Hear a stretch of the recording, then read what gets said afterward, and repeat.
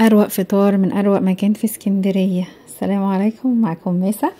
النهارده بنفطر في كافيه ورستوران اسمه لما فيو.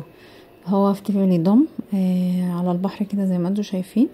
ده كان الفطار. انا خدت فطار امريكان، وكان عباره عن سوسيس، بطاطس ويدجز، مشروم، شريحتين جبنه تركي، شريحتين جبنه شيدر ابيض وشيدر احمر، وشريحة سموك بيف، وكان المفروض بيض اومليت، بس انا يعني غيرت البيض اومليت ده ببيض مسلوق، وفي سلطة، وكل ده معاه توست طبعا.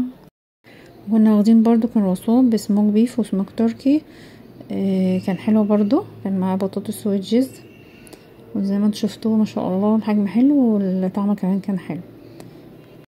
ده الفيو بتاع المكان، وهقول لكم طبعا اسعار الفطار.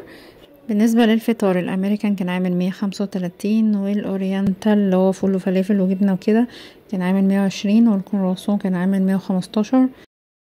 بيتضاف عليهم خدمة وضريبة، بس المكان عامل خصم على الفطار 25%. يعني بتلاقوا نفسكم دافعين القيمة اللي موجودة في المنيو من غير بقى ايه، من غير خدمة وضريبة، بتتشال بقى الخدمة والضريبة. ده الاوفر بتاعهم، يعني اللي انتوا بتلاقوه في المنيو بتدفعوه، مش بتدفعوا زيادة. زي ما انتوا شايفين انا اوريكم الفيو، كان مرة في الشمس ومرة كان جو شتوي، الدنيا كانت بتشتي. الفيو حلو جدا، والقعدة رايقة وهادية ولذيذة وجميلة، هتتبسطوا هناك.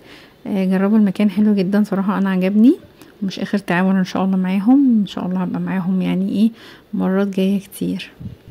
لو عجبكم بقى الفيديو متنسونيش بقى في اللايك والشير، بحبكم كتير كتير، والسلام عليكم.